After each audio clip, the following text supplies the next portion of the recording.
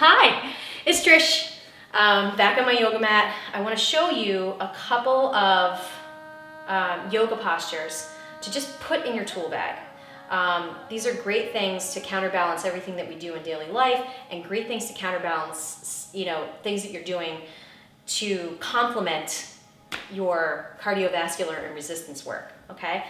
First one I want to show you is a back bend. Now, a lot of people get freaked out by back bends, but these are excellent for the health of your spine and the longevity of your spine. Yogis believe that the age of a person is determined by the health of the spine, not necessarily the number. So in any back bend, you want to make sure that you're warmed up. So never go into a back bend cold, just as a side note. So anything that's going to get you warm to warm up the back is great. If you have a disc issue, a bulging disc, this is your exercise, all right? Here's one simple back bend that you can try.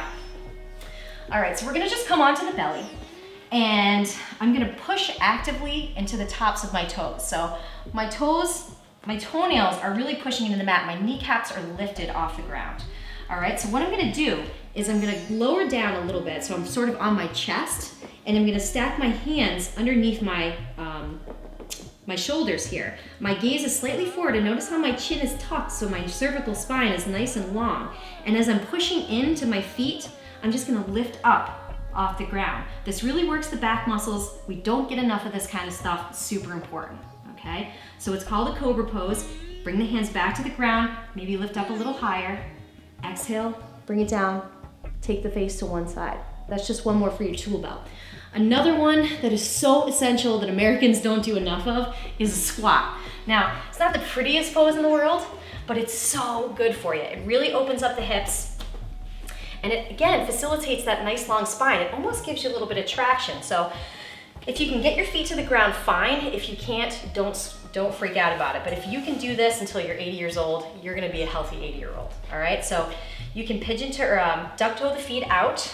You're going to come down low into a squat, bring the hands sort of into a prayer position, and push the elbows into the knees or the outside or the inside of the legs, and really elongate through the spine. So as you drop the pelvis down to the floor, the spine sort of grows up and out, and then you press actively into your hands. This is such a great thing to have.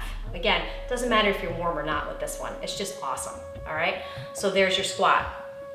Finally, another hip little stretch for your bag of tricks.